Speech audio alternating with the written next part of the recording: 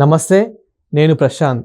కవిత గారి లేఖ ఏదైతే ఉందో అది చాలా చర్చనీయాంశంగా అయితే మారింది. అయితే దానికి నిన్న కవిత గారు కూడా రెస్పాండ్ అవ్వడం అయితే జరిగింది. ఇదంతా ఎవరో చేశారు అని చెప్పేసి అయితే. మరి నిజానికి అసలు ఏం జరిగింది అనే విషయాలు అయితే తెలుసుకుందాము. దీని గురించి అయితే మాట్లాడేందుకు ప్రస్తుతం మనతో పాటు సీనియర్ జర్నలిస్ట్ జయదేవ్ గారు ఉన్నారు. నమస్తే అండి. నమస్తే అండి.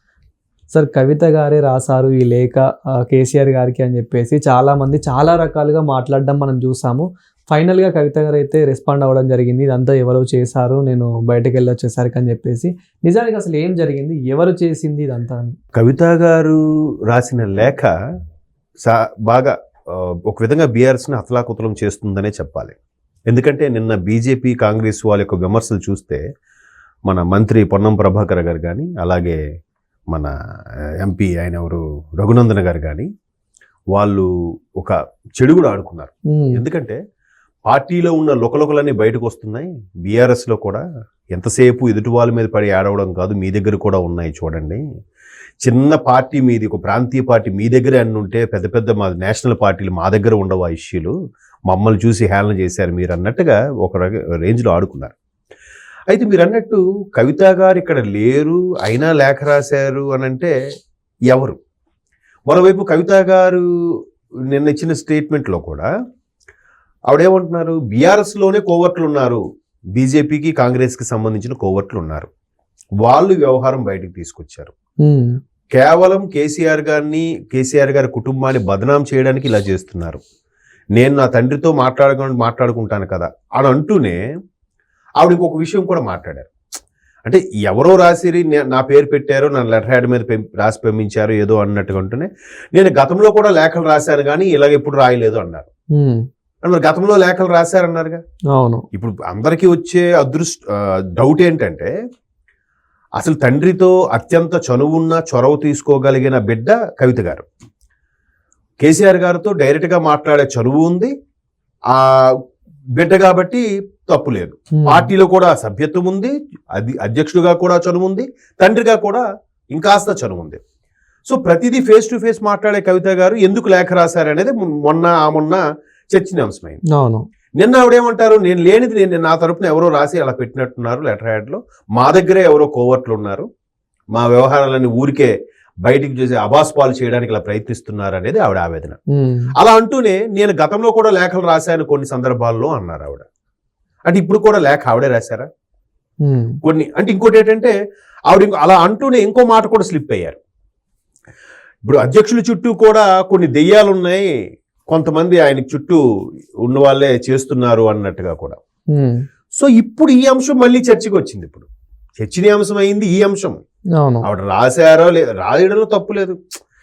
ఇట్లా కొంతమంది సీనియర్స్కి మీరు ఎందుకు డైరెక్ట్గా ర్యాప్ ఇవ్వట్లేదు, కలవడానికి ఎందుకు అవకాశం ఇవ్వట్లేదు, వాళ్ళకు అపాయింట్మెంట్ కావాలా, మీరు ఎందుకు ప్రజల్లోకి రావట్లేదు? ఎందుకంటే నిన్న ఎక్కడో ఓపెనింగ్లో కూడా ముఖ్యమంత్రి రేవంత్ రెడ్డి గారు ఏమంటున్నారు, బాబు కేసీఆర్ మీరు ఫామ్ హౌస్ వదిలిరా, ప్రజల కోసం ఆలోచించు, ప్రజల సమస్యల కోసం మాట్లాడు, అసెంబ్లీకి రా అంటున్నాడు ఆయన.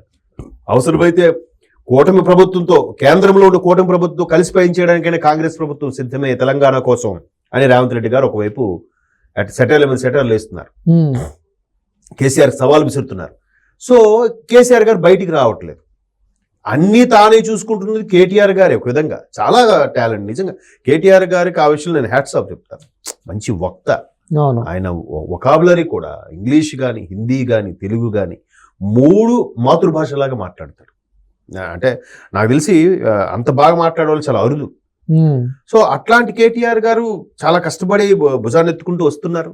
బట్ కేసీఆర్ గారు ఉద్దండు కదా, రాజకీయ ఉద్దండు, ఆయన రావాలి కదా. సో ఆ పరంగా ఇవి లేఖ రాస్తే తప్పు లేదు, గతంలో కూడా లేఖలు రాశారని. బట్ చుట్టూ ఉండే వాళ్ళు కొంతమంది కొన్ని దెయ్యాలు ఉన్నాయి అనే ప్రస్తావించడము, అది ఇప్పుడు కేసీఆర్ గారికి కోపం తెప్పించే అంశం లాగా ఉందని ఇప్పుడు చర్చనీయ అంశం. అంటే నా చుట్టూ ఎలాంటి వాళ్ళో నాకు తెలవదా, అంతే కదా. ఆయన గట్టిగా మాట్లాడితే మా ఫాదర్ అనేవారులేండి, నా సర్వీస్ అంత లేదురా నీ వయసు అని మేము ఏదైనా మాట్లాడి చెప్తున్నప్పుడు. అలాగా ఆయన అనుభవంతో వయసు ఉండదు ఇవిడి కవిత గారికి, అంతే కదా. ఆయనకి నువ్వు నాకు చెప్పడం ఏంటి? మన చుట్టూ ఉండేవాళ్ళు దెయ్యాల రూపంలో ఉన్నారు, కొంతమంది కోవర్ట్లుగా పనిచేస్తున్నారంటే అది పార్టీ యొక్క సభ్యత్వాన్ని, పార్టీ యొక్క ప్రతిష్టని కొంచెం ఇబ్బంది కలిగించినట్టేగా.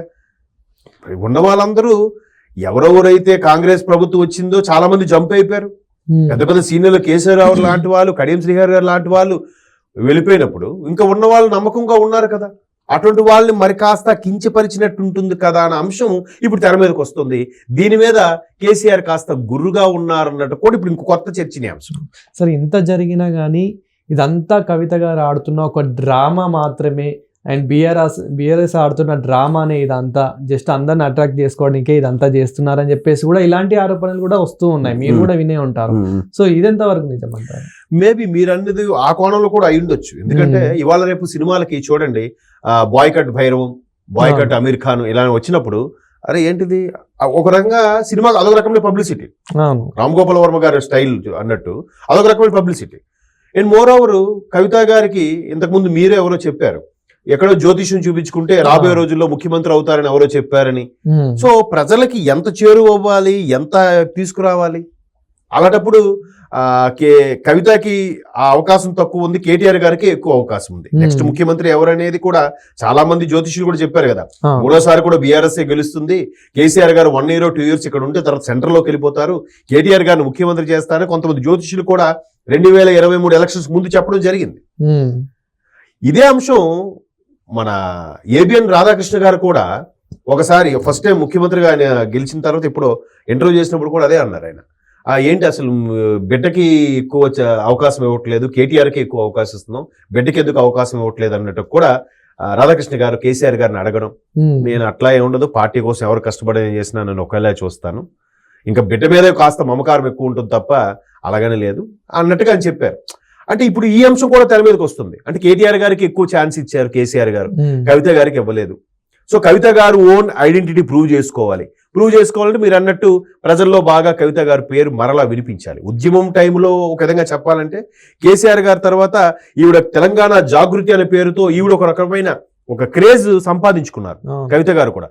ఎస్పెషలీ ట్యాంక్ బండ మీద బతుకమ్మ ఆడించడం, ప్రభుత్వ ఆఫీసుల ముందు కూడా అన్ని బతుకమ్మలు చేయడం, ఈవిడ ప్రతి దగ్గర కూడా విజిట్ చేసి బతుకమ్మ ఆడడం, తెలంగాణ యొక్క సంస్కృతిని మరొక్కసారి పైకి తీసుకురావడం అనేది దాంట్లో కీలక భూమిక పోషించారు ఈవిడ.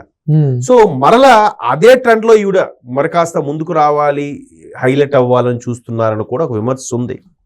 బట్ ఏమండి, రాజకీయాల్లో కానీ సినిమాల్లో కానీ ఏ రంగంలో అయినా కూడా తండ్రి యొక్క తాత యొక్క నేము కొంతవరకే పనిచేస్తుంది. వీళ్ళందరూ నెపోకిట్స్ అనొచ్చేమో. ఇప్పుడు లోకేష్ గారిని, ఇక్కడ కేటీఆర్ గారిని, లేదంటే బాలయ్య గారిని, ఇలాంటి వాళ్ళని తండ్రి పేరును వాడుకొని రాజకీయాల్లోకి వచ్చినా, తండ్రి పేరు వాడుకొని సినిమాల్లోకి వచ్చినా నెపోకిట్స్ అనేస్తారు. కానీ తర్వాత వాళ్ళ టాలెంట్ ఉంటేనే నెగ్గుకు రాగలుగుతారు.